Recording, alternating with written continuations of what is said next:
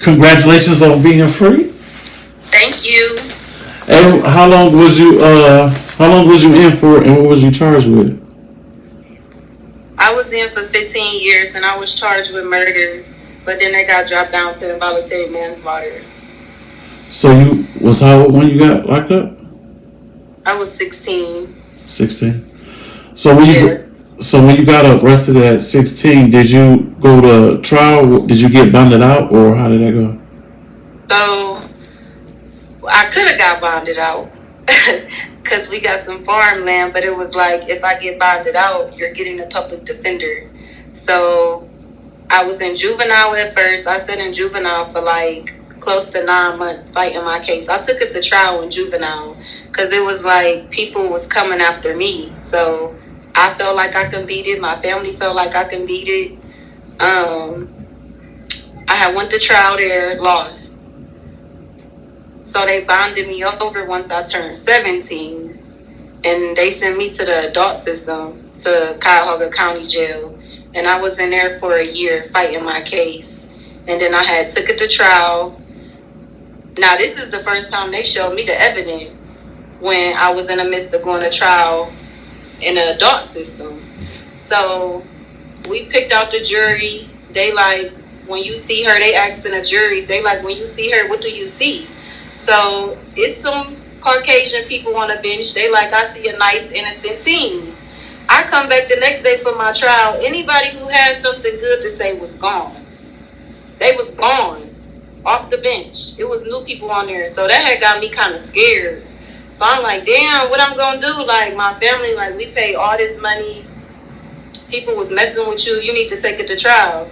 But the judge was like, personally came and talked to me and was like, you look like a nice, innocent girl, and you still got the rest of your life ahead of you. If I was you, I'd prefer you to take a plea deal, because if they find you guilty, which is a probable cause, I have to give you 15 to life. So I was like, shit, I've been sitting for 2 years already. I'm just going to take that 15. Now I got 13. Send me down the road. So that was that part. So, like, what was like your first day in juvie, right? And compared to your first day in, did it take you to jail first, or they took you to jail first and then prison first? Then again, Yeah, they took me to the detention center for juveniles, and then I sat for a while. Then they took me to the adult system. Then they took me to prison. So it was like a whole process. so what was your first days like in those three? In juvenile, I just remember like, they was getting calls up there about the girl family. Like her cousins and them was trying to do stuff to get locked up, to come to jail and fight me. So I was just like on alert. Like every time somebody new came in, I'm about to have to beat this bitch up. Like that's what my mindset was, because I was a little bit paranoid. And they would have to be young too. So like, how old was you then? Like 16, 17 type? 18 is the oldest you can be in 18? here. Oh wow. Yeah. And she had a big family? Not that I knew of, but you know, people come out the woodwork claiming this and that, and it ain't really that. Shit. So then how was And you? the EOs, I was in there for a little minute, so they was getting calls down there from people. And the COs, they end up, because they sit you down in chairs down there, and you be like in chairs all day long. So it go by your last name. They seat you by your last name. They moved me all the way to the front. I was irritated about that. Like, what am I sitting in the front for? I ain't know what was going on. They ain't want to tell me nothing at first. Then they end up telling me. So that was irritating. Like, I got to move on the account of somebody that don't even know me, that if you come in here, you're going to get your ass whipped. So why am I even doing all this? Shit. So what was your days today like? You was there for like a year? Yeah, my days was, I had a lot of family visits, so that was cool. I had a lot of family visits, and then I had a couple nightmares when I was in there. But then I had a dream that the girl that I killed, she came to me and she just told me that she forgive me. And that was the dream. And then after that, it was like, shit, like, I ain't got to answer to nobody. I felt like that was a sign from God. Like, she forgave me, so it ain't nothing else that nobody can say or do to me to persuade me to feeling guilty about the situation or anything. Oh, that's cool. So what was like your first day like in jail, and then what was your first day like in prison? Jail was like just books, reading books. I was just ready to like get it over with and go down the road because I had already been sitting. And then I was housed by myself for like a whole year because I was a minor in a county. That's the adult system. They can't house minors with adults. So I was by myself for damn near a year in a hole, day for day, by myself. No TV, no nothing, just books. How old was you then? 17. 17? Yeah. So was you in contact with anybody from like school or anything like that? So I went to a lot of schools. I really didn't like. I ain't have friends for real. I was like kind of. I'm not gonna say I was socially awkward, but if I don't know you, like I really ain't speaking. You ain't about to know nothing about me. But if I know you, then yeah, you know. So I ain't really had too many friends like that. So like from like high school, you don't. Is there like anything that you feel like you missed out on, like being a cheerleader or I some missed shit like out that? on everything. I ain't get to go to prom, homecoming. I ain't get to do nothing. Like, I ain't get to experience none of that. So how did you feel about that? Was you like damn, or was you like Uh, I didn't feel no type of way about that until later on down the line, and my little sister started getting older, and I started seeing like her homecoming pictures, her prom pictures. So I was kind of living through her, although it made me sad. did it? And then I just said, fuck it, I'm gonna have like a homecoming or a prom for my birthday. One of these years, now that I'm out, I just do it the adult way so I can experience something like that. You could do it because they do a lot of adult proms, things like that. For people who Yeah, never I said went. I'll do something like that so I can at least like get the fulfillment of it. Yeah, you could do stuff like that. Did you meet anybody in there from, or say juvenile, that went along like with you through your whole like process, or it was just like you by yourself? Um, well, some of the COs was keeping in contact from juvenile. They was writing me, asking me if I needed anything. And then from the county, I met one person. Now, let me tell you how fried I am. So, I'm in the county. I get sentenced. I come back up there. The CO like, Miss Kenny, how much time did you get? I'm like, oh, they just gave me 3 years. So, she looking at me like, they just gave her 3 years. She like, are you sure? I'm like, yeah. She like, do you need mental health? I'm like, no. Why would I need mental health? She like, do you need to talk to somebody? I'm like, no. She like, you know, I can call down to the sheriff, develop to see how much time you got. I'm like, okay. I go to my bed. Everybody asking me. I'm like, I got 3 years. It wasn't that I was embarrassed or nothing like that. It was just so that don't be coming up to me, giving me hugs, knowing that I got 15 years, because I ain't trying to be crying and sad and all that other shit. So that's what I said to alleviate that. So I wasn't like emotional and stuff. Then the CO called me back up there like, you know you ain't get, you know how much time you got, right? You know you ain't get 3 years. I'm like, yeah, I know how much time I got. I got 15. So she was looking at me like I was just crazy. So when they announced it, what was your real feelings like though? My real feelings was like, I'm ready to go ahead and get sent down the road so I can do this. I only got 13 years now because I already did 2. But my family wasn't right there. So inside, I was sad as hell, but I had to just thug it out. I was emotional, but I couldn't show it. I ain't show it at all. So when you have a lawyer like that, do he prepare you for it, or do he? Are you thinking like I'm gonna really get out, and then when you found guilty, you like damn, or did he prepare you for it, like? No, I didn't know. I didn't think that I was just about to get out because I told you I ended up taking a plea deal in the middle of my trial. And then the lawyer that I had was so shitty. But like back in the day, because his father name, his father legacy, everybody was thinking that he was somebody. His name was Thomas Shaughnessy. The Shaughnessy's used to get people off back in the day. But I could have got what I got with a public defender. So my family was mad that they wasted all that money. Murder trials is expensive. How much you think? Around about, like, how much you think? Well, when I did my trial and stuff, and I copped out in the middle of my trial, my court fines was $72,000, and I didn't even go all the way to trial. I just copped out in the middle. I picked my jury, and then after that, once he said that I was gonna get life, I just ended up copping out, taking a plea deal. But when I got my paperwork, it said $72,000 just for that part, just that. It was more than that.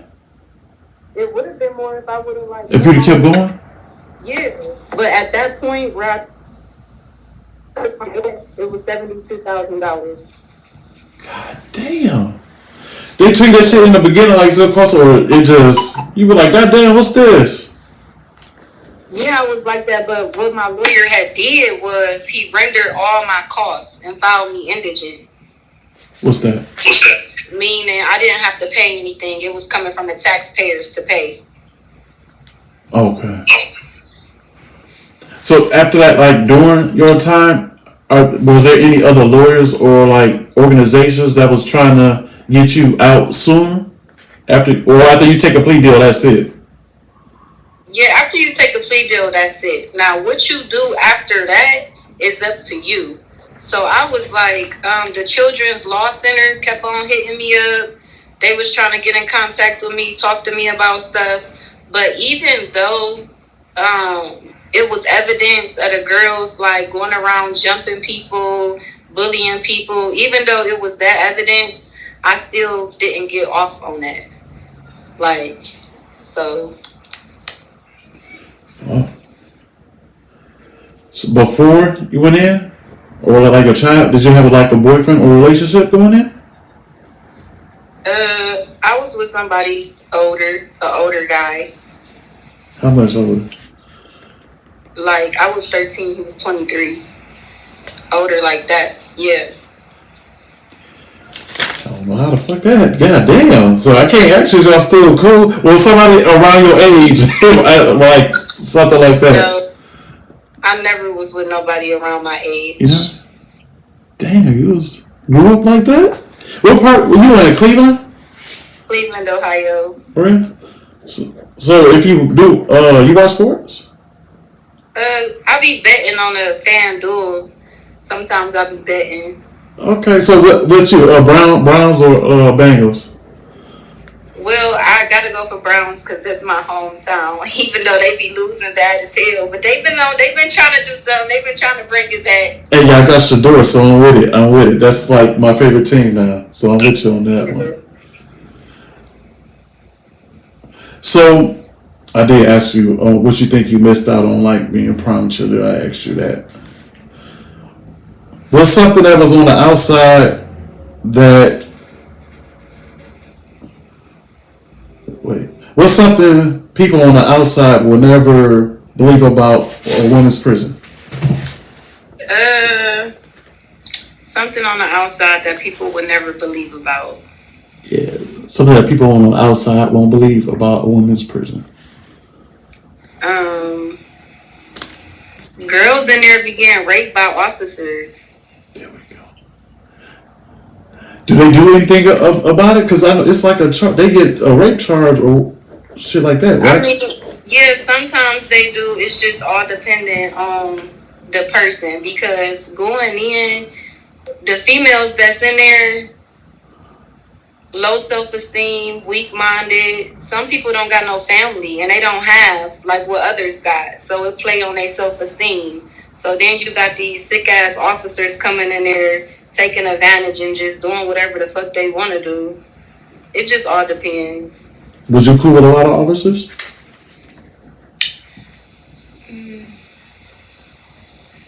Like, probably back in the day. Like back in the day when I was in there, probably like 8 years in. Because then a lot of them got fired from having sex with inmates. So by the time I left, it's a whole different 16 officers. So if they was on that, like having sex and shit like that, is it an easy thing to do or a hard thing to do? Oh, it's an easy thing to do. So at first they was having only one officer at a post at a time. So when they lock you down, the officer come around, do his round. He can unlock the door, tell the inmate to go to the porter closet. They have sex in the porter closet. It just all depends. Yeah, the one girl, she was in there having sex with an officer, and she found out the officer was talking to another inmate, and she went in there. She was so mad. She told him to bring some Percocets in and some cigarettes. He do it, but she was telling the investigator when he was gonna do it, what he was gonna bring in, all because she was mad at him that he was fucking with another inmate. They went in the porter closet. It was a camera in there that the investigator left. She sucked him off, spit his semen into a napkin, and took it. They took him to jail right away. Damn. And this happened in Dayton. Damn. Did they keep the camera in there, or did they say, "All right, we got what we need"? They took it out of there. They sent him to jail right away. Damn. Hey, look. So if they was on having sex, they don't gotta be like in a hurry type shit. Or they could just take their time with it. They could be back there for like 45 minutes type shit. I mean, I'm not really for sure because I've never been in a situation or a predicament like that. So I don't know how they go with all the extra stuff. You never had sex with an officer before? No, it's different. Like, at a male jail, you would have sex with an officer and she bringing you in a cell phone. She bringing you in a pack. At the women's institution, because like I said, self-esteem play a part of it, not having anything. So the females is thinking low, weak. They having sex with officers for leftover meals in a microwave, for jail pens, for nothing. Like, what is you doing that for? Facts. Yeah. And then I heard a lot of males don't like to do that shit because women tell on each other. Yeah. They do. They don't know how to keep their mouth closed, especially when you got this girl. She ain't never talked to a man in 15 years. She never had no commissary, no money on her books. This officer start talking to her, icing her out, giving her whatever she want. She talking about it because she happy. She happy that she got something now. So now she telling all the business. Now he walked. How do they treat y'all in there? Are they always talking shit in there? Do they talk down on y'all, or a lot of them cool? Are they respectful? Majority of them was respectful. It just all depends on how you come at them. And then you got some people that's just miserable, bitter, and nasty because of their outside life.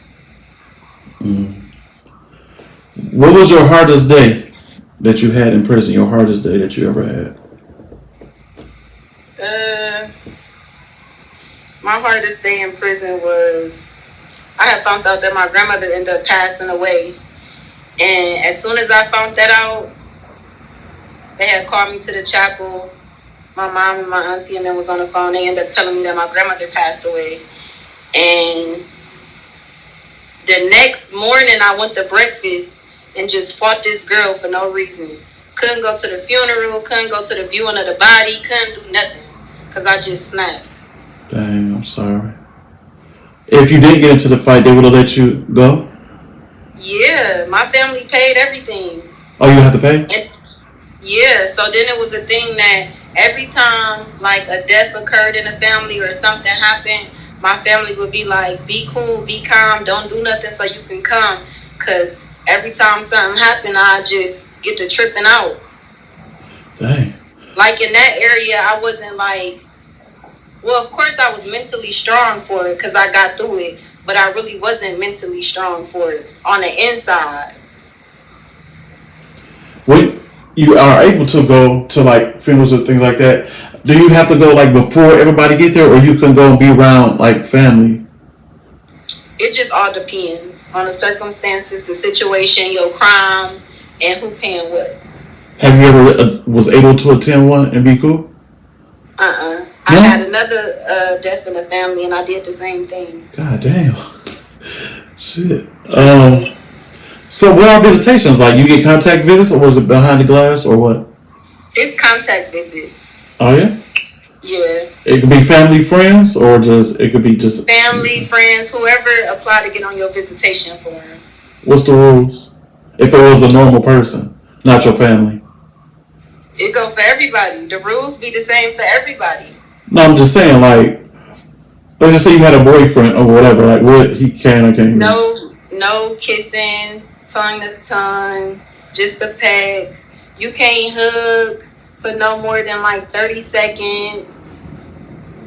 They can't see you all touching. None of that. You can't do none of that. That's But it was some girls out there that was having visits that'd sit outside and they'd be like wearing their skirts to the visitation and doing stuff.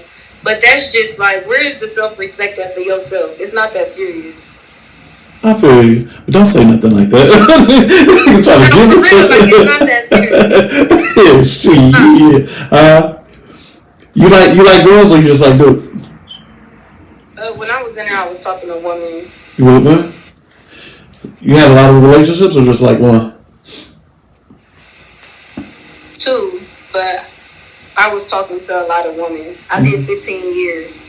So I'm talking to ugly girls, cute girls, fat bitches, skinny bitches, Chinese, anything you can think of. I was doing anything for my own amusement to get me through my time. Or the people to get. It's not a good thing because they say that's like bad, but that's what helped me get through my time. I thought you. Even if I didn't like you. So that's where it came in, like, that's like kind of bad. You got game, huh? You was pimping motherfuckers out to get stuff you wanted. I was just doing the most, doing stuff that I shouldn't have did. Yeah, I got a good program. So you got into the how you say it? No, what's the program you got into? Culinary arts. Yeah. Program. Because I was in culinary arts. I was in a couple vocational programs. I did St. Clair College. I got non-elective college credits. I graduated web design. I had took a lot of programs in there. Oh. I took advantage of everything that I could until I started going to the hole. Because once you go to the hole, they kick you out of school and you can't get back in. Damn. So, but when you was cooking your meals, you was using like the kitchen type shit. Like you wasn't using no hair dryer or nothing like that. Like Expected Gadget shit like them other females was doing. You was using like the... I was just using a microwave. That's it. So I ain't had nothing else but just a microwave, a regular microwave. And you was making that shit? Yeah. Next time we do something, I need you to do a demonstration. We gotta do something. Yeah. Your shit was all I was using was just the microwave. You did all that shit with a microwave? Yeah, that's why people was in the comments like she had to be talking to this CO, that CO. No, baby, that was all me in the microwave. Are you serious? Damn, if I do that, man. Okay, we gotta do another one. So you can demonstrate some shit. Can you? You able to do some shit? Yeah, let's do that. That's hot. I didn't know that. So how many do you have you built any relationships with women that you was locked up with that you still talk to? No. Yeah, I got like a couple people that was there for me throughout my bid when they left that I talked to. Oh, that's cool. That's what's up. At what point did you, because you went in there as a 16-year-old, at what point did you stop seeing yourself as a kid, like you were a grown woman type shit?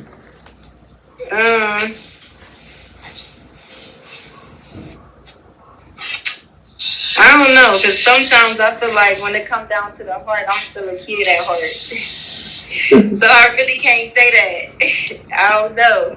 You still young? Okay. Yeah. I guess it would have to be like when I got out and I had my apartment, like that's when it was, because I had responsibilities and I had stuff I had to take care of.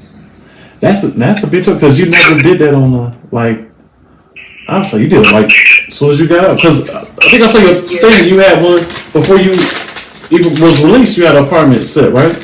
Yeah. Damn, that's what's up. But that was from one of my fans did that for me. Yeah. I didn't even know him, none of that. He was from a different state.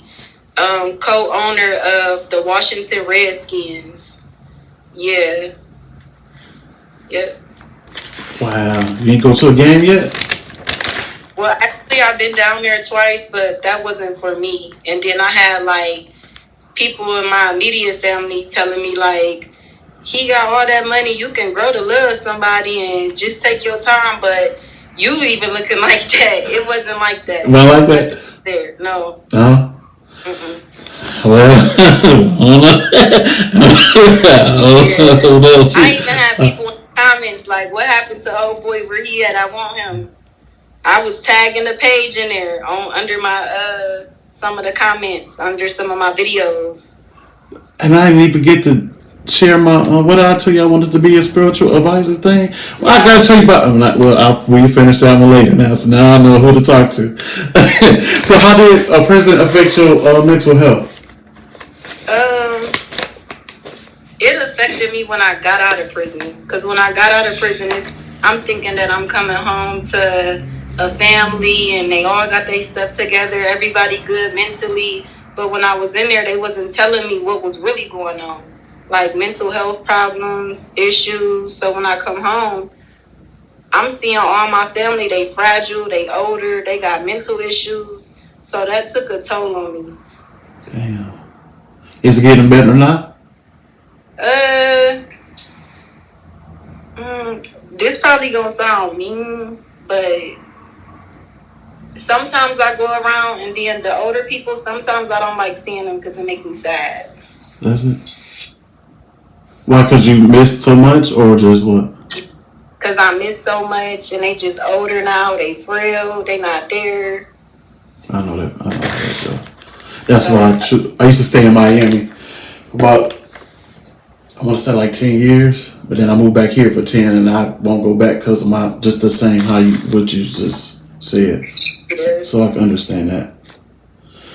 So who stayed in your life and who disappeared from the time that you were in to now? Well, like I said, I didn't have many friends at all. I was socially awkward. So, and then my family was there on and off. Like my support came from strangers. I ain't have to worry about nothing from strangers. Like I was good on that aspect. Like I was able to people saw my kindness and stuff and they wanted to be there for me. And then when I came home, people just popped back up. Some I talk to, some I don't talk to. Yeah, shit, life feels like that. I feel you. What was the first thing you did when you got out? I went straight to Kings Island. Like right out the parking lot. What's Kings Island? It's a water park in Cincinnati. Oh, is it? I went straight there as soon as I got out. The whole parking lot was filled with people. I think I had posted it. Yes. Video on mine. If not, it's on somebody else's. Yes, I see that. Yeah. You always wanted to go there, or you've been there before, or what? Oh no, it was just the summertime. I was trying to get in some water. I love water, so that's what I wanted to do. What was the biggest shock to you when you got out? Partially, nothing was a shock. Everybody was like sending me pictures, videos, you know what was going on, telling me what was happening. Then I'm watching TV. I'm watching the news, I'm seeing stuff. But it would have to go back to my family, like seeing the state that they was in, the older people in my family. That was the shock. Like not knowing this happened. I had relatives that had strokes. They didn't tell me nothing until I came home. Oh, shit.